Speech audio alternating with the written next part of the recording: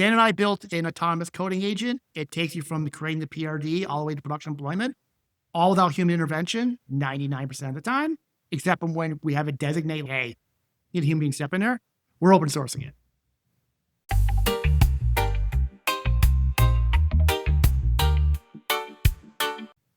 Dan, major announcement. Oh, Dan and I built an autonomous coding agent. It takes you from creating the PRD all the way to production deployment, all without human intervention, 99% of the time, except when we have a designate, hey, need a human being step in there. We're open sourcing it. Why not? Why not? Dude, high five. Now, here's the deal. This is June. We started building this thing in November. November, right? What is it? It's a Claude Code plugin, which is like 20,000 lines of code in Markdown. And there goes your context. There goes my context. And it's an agent that you can host in your cloud, right? So you can host it in EC2 or Google Cloud. You can run the entire thing locally. Yep. You can run just the plugin, but the bottom line is we've automated everything. There's an interactive part where you interact with it and you create a PRD if you want, or you can go straight to the second step, which is plan session, which you tell it what you want to build. It'll ask a bunch of clarifying questions. It creates the whole task list. And then we have a bunch of cron jobs that just start working on stuff, right? Yeah. One will write the code. By the way, are you looking at Claude? No, man, it's in the background. I'm sleeping. I'm walking my dog. It'll do test-driven development. There's 14 steps in the dev process. And then it'll create a pull request. It'll check CI and make sure everything passes. If not, it tries to fix it. If there's anything in the review that needs to be fixed, it goes and fix it. At the end, depending what your rules are, it'll go and merge it, and then it'll deploy it for you. Yeah. It's pretty nuts. I am queuing up so much work for it to be done, for it to do, that my job now is just watching what it does and making sure that it doesn't break anything. Yeah, one of the things that keeps me up at night is that I didn't queue enough work for it. So I don't want to wake up in the morning and look, hey, it hasn't done any work in 2 hours. What? So I always use our Claude Code OAuth token to do all the work. Or this, I think, a 5th week in a row, maxing out my weekly token limit. So it never actually maxes out the hourly session limit, but because it does work periodically, so you always have that. But by Thursday, by Friday, I'm out of tokens. Yeah. And and if you're not out of tokens, like I'll run out of Sonnet a lot, because part of the planning phase is it's like we're conscious about burning tokens. Part of the planning phase is like, hey, what model should I use, right? It mainly chooses Sonnet, sometimes uses Haiku, depending on what the thing is. But Anthropic right now is like, hey, you have a overall token usage for the week, but you also have, I think, a daily token usage just for Sonnet itself. That runs out every day for me. And so we're really curious about this, but like the bottom line is we open source this. So first of all, this Shipwright used to live in a different repository. Yeah. And then we said, let's just open source. We moved to different repositories. It's around 500 pull requests. I would say of the 500 pull requests, maybe I worked on 2 or 3 of them. It was mainly the marketing side for it. I didn't look at a single line of code. Did you, Dan? I guess I did not look at a single line of code, but I spent a lot of time shepherding those pieces. Dan did deny several of my task requests because I basically screwed it up. And so it's not perfect, but it's mainly my side. We fixed the system though. Yeah, we fixed the system. Yeah, we keep actually, it will tag these tasks as human in the loop. Yeah. Because these tasks happen to depend on a Terraform apply or a key update or something like you need to add keys to GitHub or else it's going to break. So what happened was it just went for it. Yeah, it's, hey, I'm going, boom. Actually, what I noticed this week is Claude Code got way more aggressive at just shipping stuff. I'm like talking to it, and all of a sudden it's like, okay, I put a PR up for it. Yeah, you're like, wait. Did you use Shipwright dev tasks? You skipped like 10 tasks. And of course it didn't. And then it's like, it has to go back.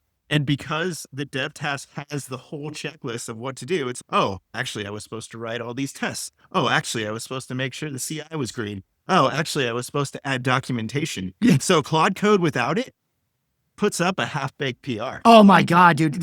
Every once in a while I'll do something. And anytime I use Claude from the command line, I'm always in planning mode. And 99% of the time, unless I'm debugging some cloud thing, all I want to do is create a document. That's all I want to do. 99% of the time I use Claude. And it's still trying to, okay, the PR's up, or, I'm like, no, what? No. And when they do it, it creates crap, right? Compared, Claude Code, even if you follow the best practices that we teach people, like use planning session, all this stuff, it's going to create crap compared to what we create with Shipwright. And Shipwright's free to. Why would anyone not use Shipwright? You just really have to orchestrate much more manually when you are building without this. I think actually today, so I just started seeing this yesterday. Today I'm going to go in and update all the agent files. You must use Shipwright. Stop. In caps. Because there are the planning is when you do the human in the loop stuff. And used to be you plan, it commit, and then run through all those tests. Dan, let's talk about, sorry to cut you off, but let's talk about the motivation. Why would we spend 6 months building software? And by the way, most of Shipwright was built using Shipwright. Shipwright in the version that's in the open source project was almost 100% built by Shipwright, right? So why would we spend 6 months building Shipwright and then just give it away? I can tell you my motivation. Well, honestly, for me, it was, so I'm a selfish reason. Okay, be selfish. Actually, we were trying to sell it to clients and they were like, how are we going to maintain it? They were afraid of closed source for such a small company. I was like, let's get it out. Let's ship it. I think we actually open sourced this originally.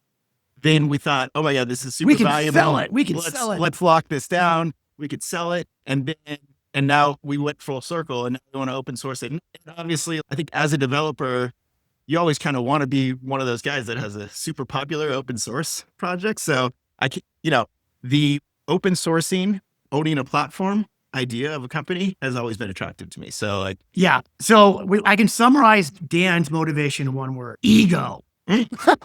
No, listen, I agree with 100%, Dan. For me, here's the problem. Like we work with a bunch of people, organizations hire us for them to do AI adoption. And at this point, seeing that, I'll have a half-hour meeting with someone and just watching them fumble around and stumble around. It's just so frustrating. By the way, meanwhile, in that half hour, our agents ship 4 pull requests without even looking at it, right? When I say ship pull requests, I'm saying it planned it, it wrote the code, it passed all the tests, it merged the pull request, and it deployed it. And so our agents run in Slack. So you just talk to it. Well, agents run in the cloud, but you interact with it through Slack. Okay. Come on, Dan. Our agents are integrated in Slack. It's my main form of communication with the agents. I'm in Slack. Slack was always like an async working mode for me. So as soon as I put the agent in Slack, I was like, oh, whoa, now I can work asynchronously. I'm not sitting in front of Claude Code all the time. So it just unlocked that. And now it's really like, I'm just talking to someone, a coworker, and saying, hey, go do these tasks. And so it's a plan in Slack, done. Yep. I'm doing something else. What's next? What's the next feature I want? Yeah. Oh my God. It's everything has changed so much, dude. Honestly, one of the things that bothers me, and this has been bothering me for a while, is that anytime I have extra tokens sitting around, I always know how many tokens I have, how many tokens I have available in my Claude account. Dude, it should be building something for me somewhere, right? Yeah. So if I go to bed, there's only 2 tasks in the queue. I can't go to bed till I add more tasks in that queue. I want to be working overnight for me. And I'm running out of tokens and I'm like, I need more tokens. I need more tokens. Oh my God, Anthropic, give us some tokens. That'll be great. Listen, my motivation is this. Watching engineer organizations trying to adapt AI is so painfully slow. What we were working with organizations on in February. Yeah, totally January, February, we're like, oh, let's build a marketplace. Let's build your knowledge base and all this. Yeah. And now, yes, you want to do that. And that's going to help you tremendously, but it's completely different. Yeah. So I think here's the thing. Hey, CEOs, I was thinking about this. We've been marketing ourselves to VPs of engineering and CTOs. Ultimately, it's this. Hey, any CEOs and advisors and people who invest in startups, if you're paying an engineer to write code, you're wasting your money. Engineers should not be writing code anymore, especially if you're using Shipwright. Engineers, they have to know to write code. They have to know their product. They have to know engineering best practices. They should be spending 100% of their time planning and then tuning Shipwright for them. They should not be writing code. and They should be building a system, right? Yes, build a Shipwright system. is a system. It's extendable. It's You open can- source. Yeah. But so they should be building a system. If you use Shipwright, the foundation is there. It's going to be much easier. Yeah. So basically, we're giving you an entire system. It starts with you interacting with your agent through your agent's hosted in your cloud, not ours. It's by the way, we'll host it for you if you want. Yeah. For money, a couple bucks. Throw it in your Kubernetes cluster. Yeah, throw it in your Kubernetes cluster. It has a web UI. You have agents running. You can have 4,000 agents. They're all free. Doesn't matter. You still have to pay for tokens. You can also run Shipwright plugin locally, right? You can also run the entire stack locally. You can just run task stack up. It'll deploy everything that you're going to have in the cloud locally. So you can try it. Hey, you run one command, the entire Shipwright, so not just the agent, but the UI, everything, the store, the metrics. That's awesome. Locally. Dave built this. Could you? Because it's adaptability. But I think one thing that this is going to introduce, which is a problem, which is going to, I think there's something going on here, Dan, which is even though, okay, so we are proof. We are absolute proof that two people can ship 500 PRs a week. Two people can easily ship 500 PRs, easily ship 500 PRs a week. Dan and I can ship more PRs in a week than companies of 20 engineers. Dan and I are like equal to 20 engineers, basically, because we have agents. So here's a problem, though. Companies... I think it's more like 200 PRs a week. 263, I did a LinkedIn post. Okay. We did 263 in 1 week. 1 week. And by the way, that was just with 2 agents running. What if we had 20 agents running, right? Yeah. Of course, we'd run out of tokens and we'd be poor. Actually, that was actually only, was it dev tasks or PRs? Shipwright tasks. Yeah. So also, I don't know if it includes all the PRs that I'm shipping for our clients with Shipwright. Yeah, I think that was only for us. But here's the deal, everybody. We have a free system. The C system helps you it helps guide you create the PRD. Then it'll take that PRD and break it down to a series of tasks. Okay, like this PRD is me 12 tasks. 2 of the tasks will mark as these are human in the loop tasks. So like if you're unlucky, yeah. If you're unlucky, hey, you got to run Terraform here. You got to create a secret here. Yeah. But it identifies at a time. It'll say, hey, this task is going to use Sonnet. This one's going to use Haiku. It's super smart about it. Or Opus, yeah. Yeah. By the way, we have metrics. We know how many input tokens and output tokens. Those are built separately. Each task is using, each agent is using, what they cost. We track everything. But it does everything for you. But even though we have a tool, which will say, hey, I'm going to take, so if it ships a PR, it reviews the PR, it patches the PR, then it deploys. It deploys it. So even though we have a tool that's going to 10x, literally 10x every employee you have, I still think adoption is going to be slow. And here's why, Dan. Adopting this tool is most likely going to be, in order to afford to use this tool, because it's writing code so fast that you're going to have to offset your token costs probably by reducing headcount, right? So let's say you have 10 engineers. All of a sudden, your 10 engineers are using $1,000 worth of tokens a month. If you adopt Shipwright, which is free, it might be more than $1,000. It might be if it's 10x per engineer, it's going to go from your token cost for 10 people is going to go from $10,000 a month to 100, right? Mm-hmm. But your throughput is 10 higher. Yeah. So you're making people more efficient. Costs money. It costs money. It's just the way it is. But so just based off of what Dan and I do. Even our GitHub Actions bill this month. Oh, yes. Because we're shipping so many PRs, we have so many tests running to make sure that everything's working. $200. Yeah. So I think like it's going to come, is weird to say, but the decision to adopt Shipwright, which is free, by the way, we'll consult if you need help, but like it's free.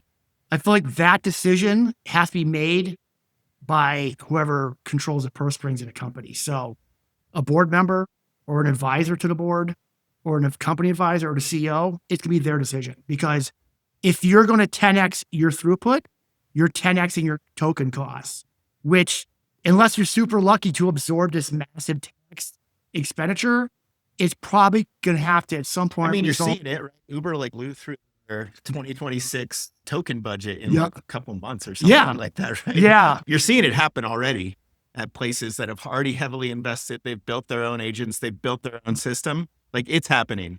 Shipwright just helps you unlock faster because you don't you can start with the foundation. You don't have to build everything. Yeah. And then you can customize. You can say, oh, actually, we actually want to write our codes like this, or we review our code like that, whatever. Or when you deploy, you want to look at these metrics or those. Things that will assist the adaptability that you run in your own cloud. Hey, it's open source. It's totally open source. You run in your own cloud, right? Hey, I'm deployed to my EC2 cluster, or my AKS cluster, AKS, whatever.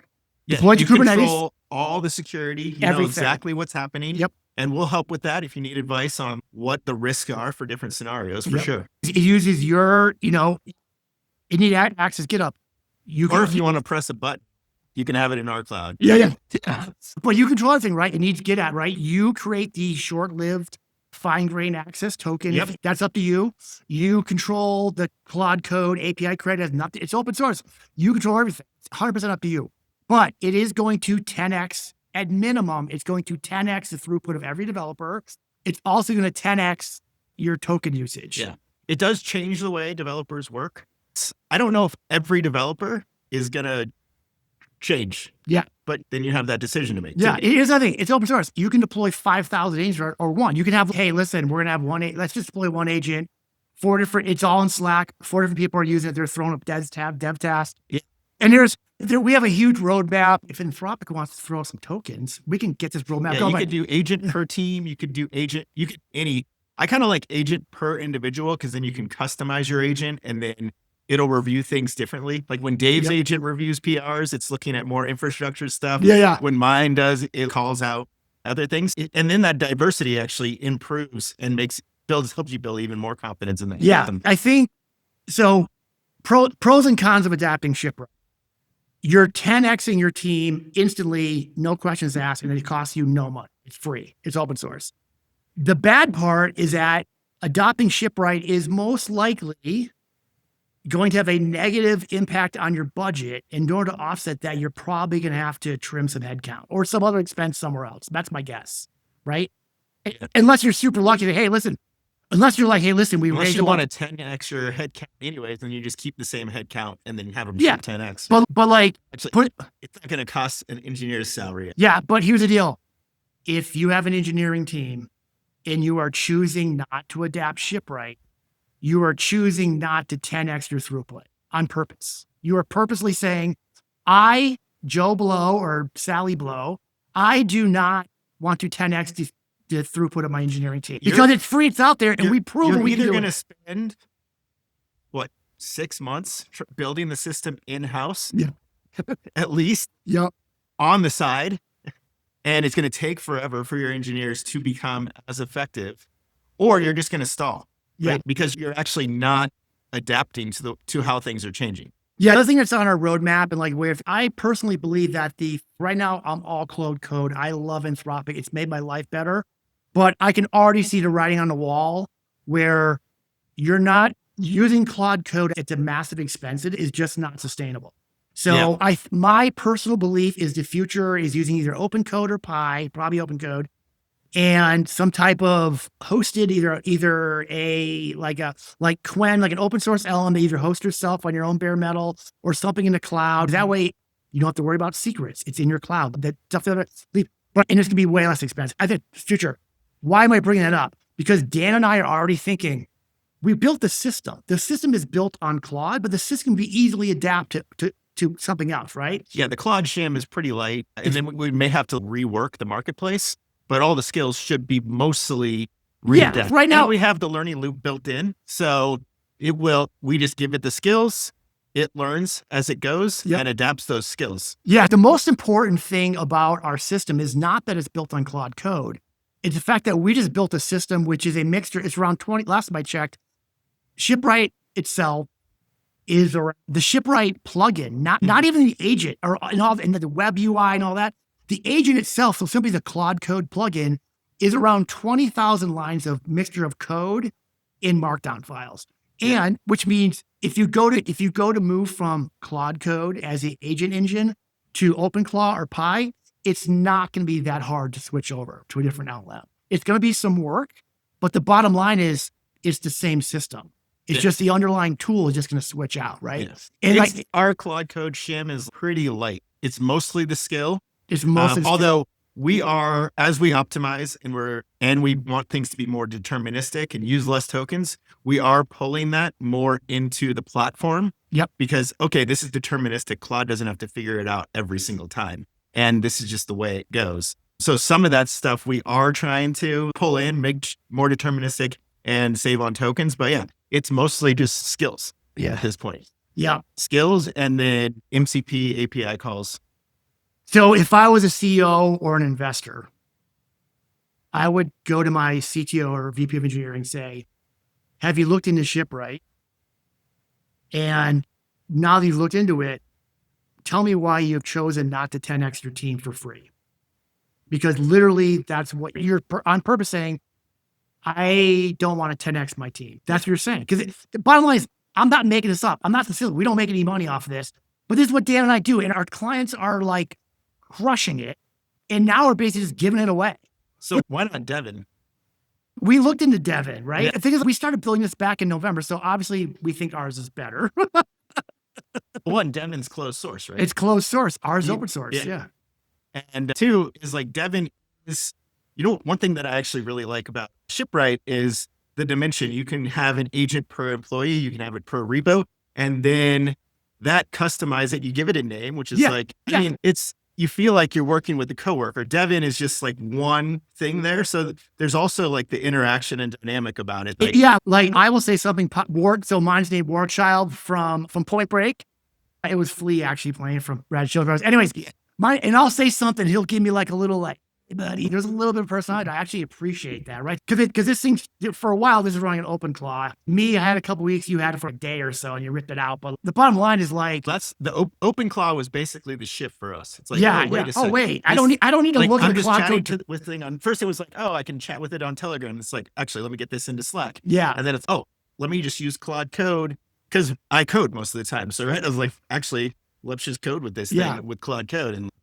Yeah. And I think the thing is, so we have a thing called dev task. So, you have a task sitting somewhere. Okay. Like this task, like add new API endpoint, right? And then in that task, it's going to create the endpoint. It's going to create the test, right? And that could be a unit test, could be an integration test, could be both, could be a smoke test, could be 3, right?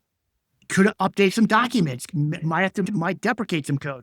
That one task, which runs at times, a middle of the night, whatever, has 14 different steps in it.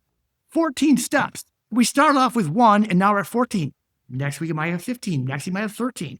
It's always getting better because we're using metrics for everything. So we're constantly making it better and you're getting that for free, right? Yeah. And I actually extracted the metrics out. So one less step. Yeah. So here's the deal. So here's the deal. Dan and I built a tool. We used the tool to build the tool. So Shipwright created Shipwright. It has 500 pull requests. And that's in the current version, that's 500 pull requests because it used to live in a different repo. It's free. At the very minimum, it's going to 10x the throughput of every single developer you have. If you're not using it, then you are choosing not to 10x your team. Good luck justifying that to your board members and CEOs. We're going to plus, if you want, we can work directly with you to get it fully integrated. Absolutely, dude. And bring your engineers on board, tell them how we use it. Yeah. Coach them, all that. Yeah. And by the way, it's open source. There's a bunch of things that I want to add, but I'm running low on tokens. Yeah. or we could even just start building stuff with Shipwright in your company. Your engineers kind of come along with us. Yeah. I'll tell you one thing. I'm proud of a lot of things in my life. And this is in my career, this is one of the best things I've ever done in my life. And I am super proud to be, if on my gravestone it says, here lies Dave Odell, co-creator of Shipwright, I will be very happy, man. Give me 5, dude. We crushed it, dude. Yeah. So Shipwright is open source. All you have to do is clone the repo and run this command in. Task, stat, :up. It'll spin up everything that Shipwright would have living in the cloud locally. You can just start typing. Boom. Boom. Yeah, so it's going to be interesting. Like, if you get exposed to this and choose not to adopt it, I really want to know what the long-term consequences that's going to be. Honestly. Dude, honestly. Comment in the comment. We actually want to hear more about listen, if you are a mover and shaker, you should start asking questions of people, especially if you're an investor. asking, why are you not using this thing? Or have you looked at it? If you look at it and say no, literally, I can't imagine by the way, I'm not saying I am saying use Shipwright.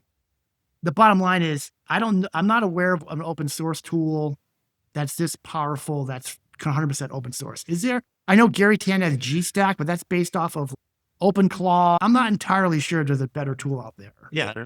I don't know. We'll find out. I mean, there's obviously OpenClaw and Hermes Agent and all that stuff, but this comes with the system and the foundation in place that you can extend and evolve. Yep. So you're starting off just way ahead of the curve, I think. And I think, can anyone build this? Hell yeah, dude. Just whatever. But I think the thing is, Dan and I have been doing this stuff for more than 20 years. And Dan's a developer and I'm an infrastructure person, DevOps. You combine those two, you have everything you need to build quality software. Plus Claude Code. Plus Claude Code. Yeah. Or Open Code or Pi or whatever it is. Maybe we'll see when we get there. We'll see. But honestly, this is one of the most proudest things. Most proudest? Wow, Dan, I'm losing it, dude. Live talking today. Anyways, Shipwright. It's shipwrightharness.com. It's free. Run task stack up and you have access. You're like, holy cow, I want to try 100% of this locally. Task stack up. The entire thing will pop up on your desktop, on your laptop. You can try it out. It has the metrics. It has a task store. It has token costs. It has everything you need to run locally. Yeah, I am really looking forward to Just need a Claude account. Yeah, and a GitHub account. Really help. All right, that's it, man. Massive announcement. Hit us up. We built this thing. We want people to use it. We're available to help out and help your organization adopt, because honestly, at this point, it's painful to see organizations try to adopt it. Now we have this. We'll see where everything falls, Dan. Yeah, parting words, Dan. Yeah, I don't know. Okay, bye.